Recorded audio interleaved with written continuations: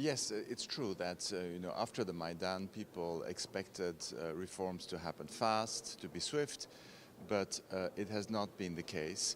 However, we must remember that directly after the success of the Maidan, after the Maidan was successful in toppling Yanukovych, that directly Putin had Crimea invaded, that there was the attacks in East Crimea, which has made things difficult.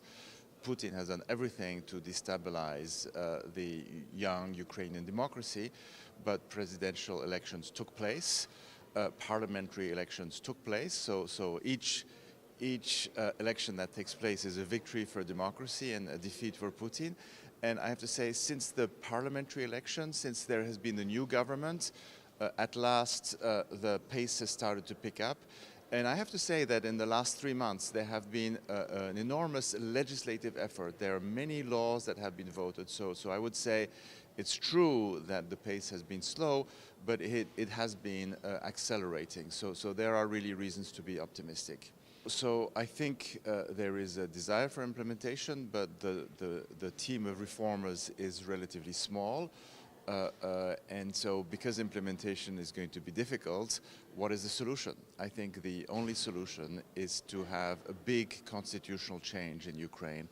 Only once there is a big constitutional change, then there's going to be a new state apparatus, there's going to be completely new state structures, and I think only then reforms will be able to function very well. So for example, in Russia in the early 1990s, they did reforms very fast, but they did not change the constitution. What matters is to establish a regime where you have very strict separation of powers between the executive branch of government, the judicial branch of government, and the legislative branch of government. One should avoid concentration of power in the hands of the executive, in the hands of the president.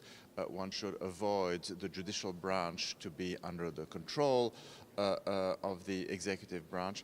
And also, I think a very large decentralization process is necessary in order to help the population be empowered and take power at the local level to organize things.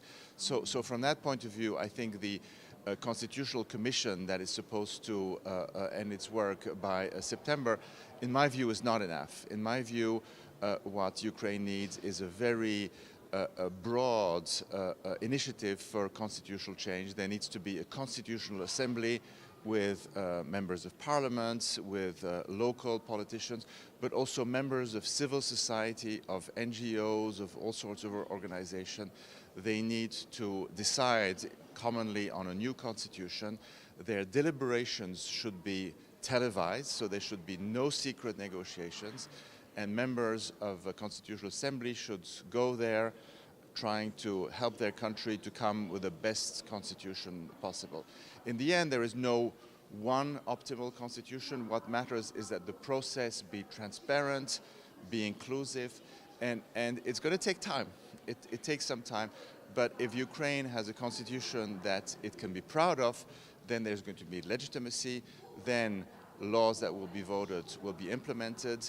Speaking frankly, in the last 25 years, Ukraine didn't go for any kind of really serious reforms, and right now they have this enormous task with reforming everything, starting from energy sector, constitution, whatever you name it. So many say that it's better to pick up at least 3 priorities right now to go after them right away. But it's really hard to decide. In your opinion, just like naming one priority, what that priority could be or should be? For me, the priority should be constitutional change. I think this is of utmost importance. But the constitutional change will take time.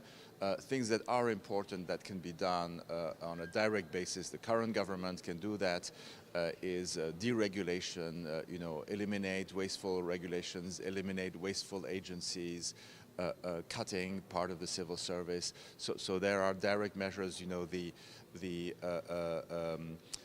gas tariff reform was something that absolutely needed to take place. So these are urgent economic reforms. I think they are happening, but since you said earlier there's a problem of implementation, I think to make reforms deep, lasting, sustainable, the real priority is to have constitutional change.